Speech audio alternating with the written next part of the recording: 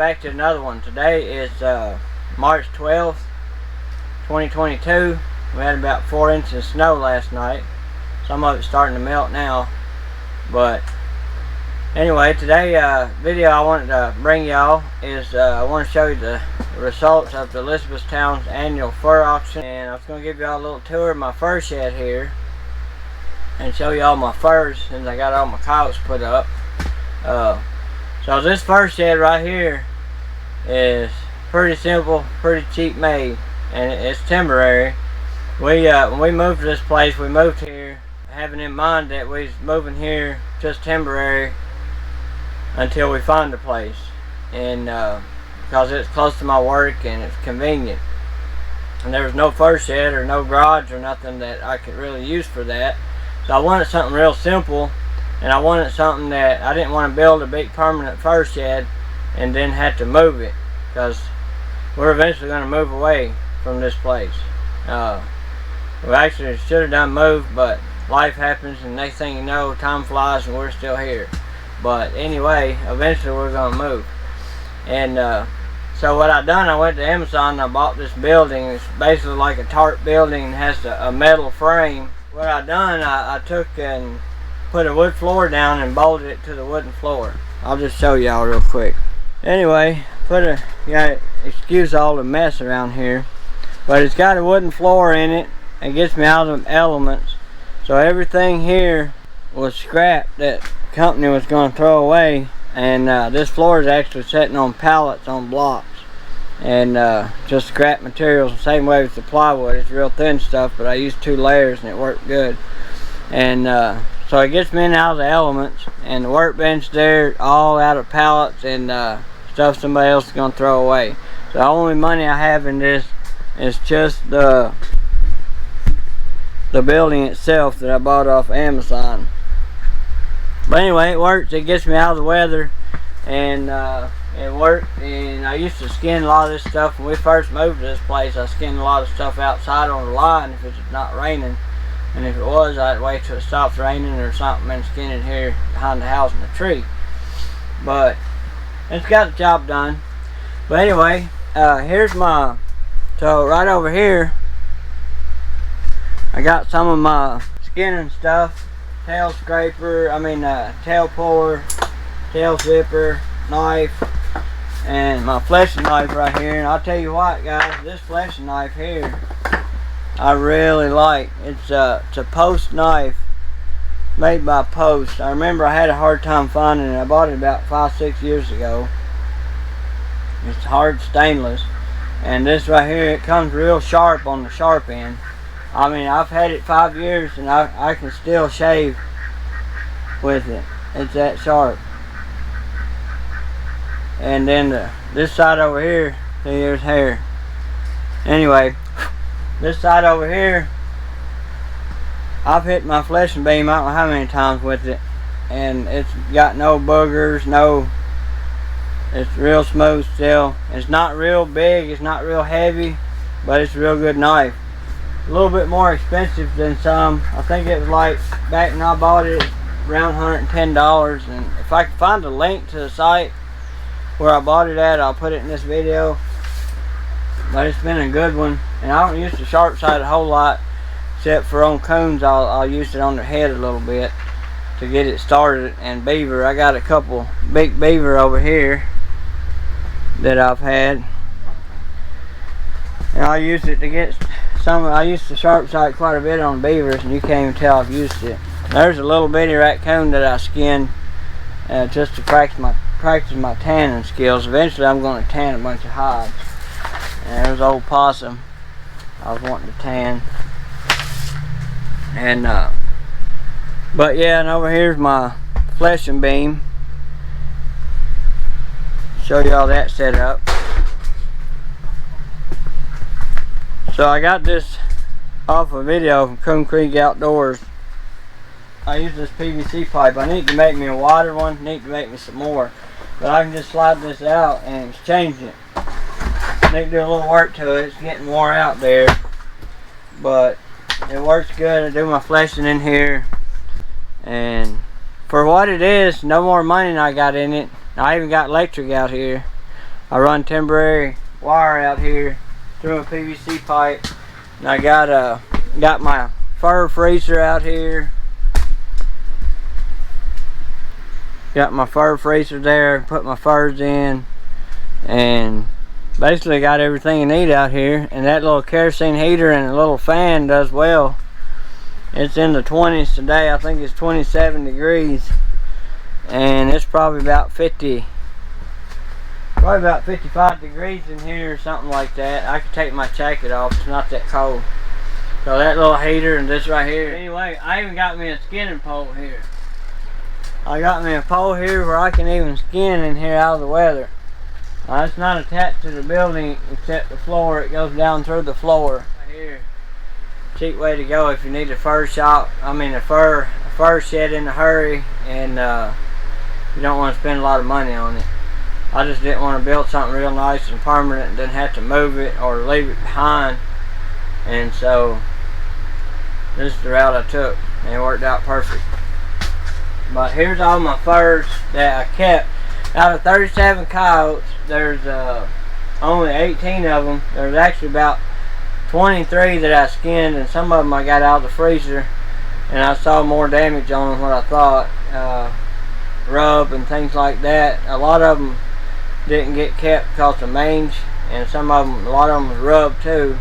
And then that real big black pretty one I had, kind of black one, he was loaded down with chewy mites, and I noticed his hair was kind of bunched up when I got him, but I didn't pay that much attention. I skinned his feet out and everything, and after I was almost done skinning him, I noticed it. I dusted him with savin dust and froze him, got him out, and they're all dead, of course, but man, I don't know if I ever get all that out, so I haven't got him put up. But I got 18 here that I did put up in a bobcat. Still got a couple coons in the freezer that I may put up later and tan. I'm probably going to tan everything this year and maybe sell them that way, or I'd rather give them away to people than just giving them to the fur market. So I got some here that are pretty nice to me. I think they are. Like, there's some lighter ones here. That's a pretty nice coyote for around here. Let's see, there's another light one. There's about 4 or 5 of these that are pretty light for around here, and pretty nice coyotes. I got that red up here around the ears, which they don't like. And then back there I got a second layer, and there's another bobcat that I had last year. Let's see, can y'all see me? Right here's another bobcat I had from last year. I just hung it up there. I take these down. Some of these are ready to come off. They're all ready to come off the board. I just haven't took them off. There's 1, 2, 3, 4, 5, 6, 7, 8, 9, 10, 11, 12, 13, 14, 15, 16, 17, 18. Yeah, I think there's 18 coyotes out of 37. Like I say, some of my skins will wind up not keeping, because once I got looking at them, they just wasn't. They had a big damage spot on them, just too much for me to deal with. And the way they're bringing this year, they ain't worth nothing anyway, so not much. So there you go. I cleared out that front row so you can see the back row there.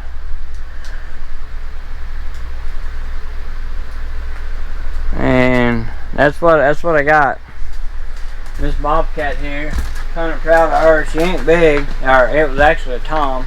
He ain't big, but I skinned his feet out, dried him like that, front and back. He's got all his claws, and I'm gonna have somebody tan him. I want to learn how to tan, and one of these days, one of the things that I want to do, and I just hadn't got around to it.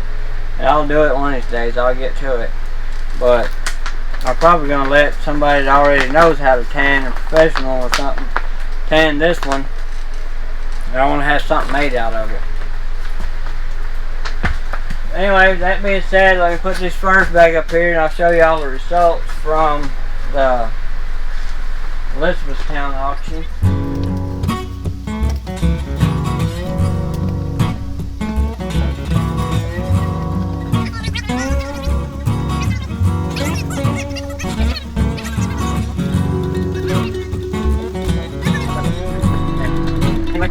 I was glad to get all them mangy ones. I know it sucks. It would really suck if fur was worth more. But them mangy ones need to be taken out of the population. So they need to be caught worse than any of them, in my opinion. Get them out of there so they just ain't spreading it. Now I will be going to a fur auction next Saturday, or that's the plan anyway. In let me see here. Yeah, I wrote it down in Beechmont, Kentucky, at the Beechmont Fire Department. They're having another fur auction here in Kentucky. It's about an hour and 15 minutes from where I'm at. I plan to go and attend, and I'll probably take some furs with me. I don't know. I haven't made up my mind. I don't know if I'm going to sell them or not, because I'll show you all the results of the Elizabethtown auction, and that kind of scares me. I don't want to just give them away to the fur market. I'd rather tan them and do something with them like that. Give them to subscribers or friends and people. I'd rather give them to somebody after I tan them than. But anyway, here's the auction results, and I'll pop this up here on the screen too so y'all can see. So, looks like Gray Fox, they only have one, and he brought $16. Possums, they had 98, and they brought, the average was 28 cents, the highest one brought 50 cents. Skunk, they had 5, average was $9.50, the highest one was $18. Red Fox at 39, average $10.42, top one $17. Otter, they had 43, average $23.62, the highest one $35. Mink, they had 12 mink, average $5.97 a piece, the highest one $9. Bobcat, they had 55, $34.27 was the average, and the high was 64 on bobcats, which for cats around here in Kentucky, that's probably not too bad. Coyote, 70, they had 74 of them. Average was $4.82, and the highest coyote brought $17. I mean, the average like that being under $5, there ain't no way I'm selling for that. I understand fur's not worth much, but I can tan them and just hang them on the wall before I take $5 a piece for them. Raccoon, they had 195, average $1.55. The highest raccoon brought $4. Muskrat, they had 86. The average price was $2.75. The high one was $8. Muskrat, oh, I didn't do that. Beaver, they had 68. Average of $8.60. The high one brought $15. Castor, beaver castor, 8 pounds, brought $69.62. So there you have it. That's the Elizabethtown fur auction results. Not very good, which I know fur market's been down, it's been crappy, and I don't trap to make money off the fur. It's nice to get a little bit of money back for your time and effort, but I trap because these animals, predators, need to be controlled. Way too many around, and that's why I only got 18 good ones out of 39, and them mange ones really need to be cut out, so I'm happy I got them out of the population. Maybe in the next couple of years I won't be seeing as much mange, and that would be awesome. But yeah, that's the fur auction results. Here's that trap. I had questions on how I was going to fix it. I had a question on how I was going to fix this. Now, I grew up on a farm, and a lot of times I can fix about anything from a plow to electronics now. I just fiddle with it, but I'm not a professional at fixing anything. I just usually on the farm, when you're out, something tears up, you fix it with tools you got with you, so you just have to learn how to compromise. But anyway, so I'm not a professional at fixing anything. You can see these are bent, warped, that's warped, that pan is that way. It's warped and twisted. These spring clips, extra ones, are bent. So what I'm going to do is just grab a pliers. I don't have to write one out here, but anyway. Grab a pliers, and I'm going to try to bend this handle back straight. What I need here is 2 pliers.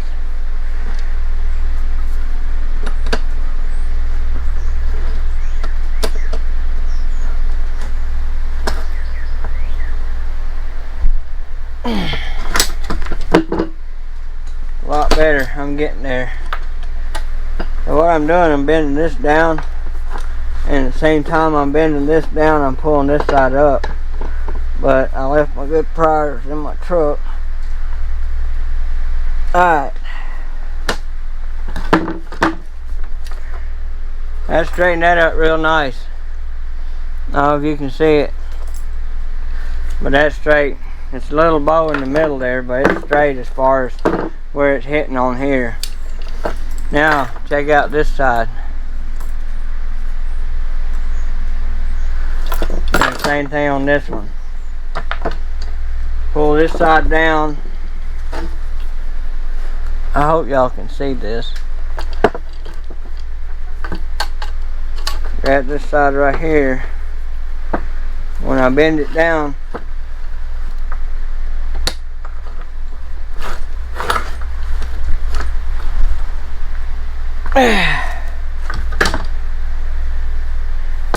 pretty close. It still needs to go a little. What I'm doing, I'm pushing down on this one and pulling up on the other side. I don't know how in the world a critter done that, but they can do some crazy stuff sometimes. A little bit more.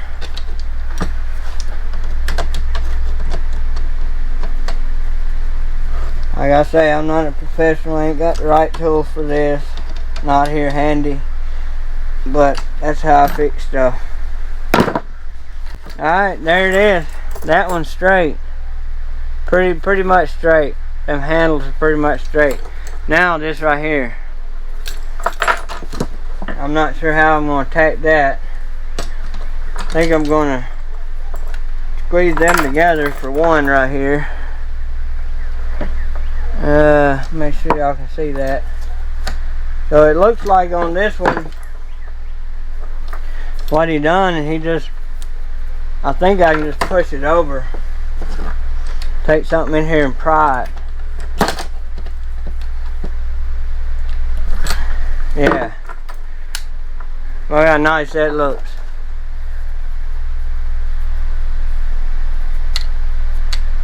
A lot more level. These clips, really not too worried about them. Some people cut them off. I'm just going to take a pair of pliers, try to give them a little twist back out.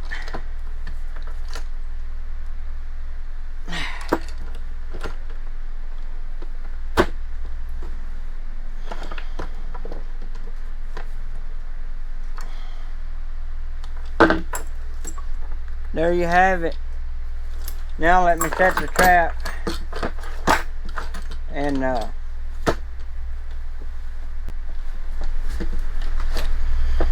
it went.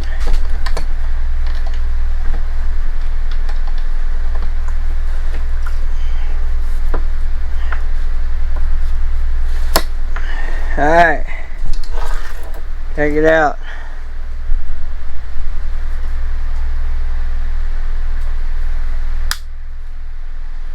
Alright, so it's still bent somewhere. You can see that pan is too low. Probably just the dog right here. What I'm going to do, take it back just a hair. It don't take much.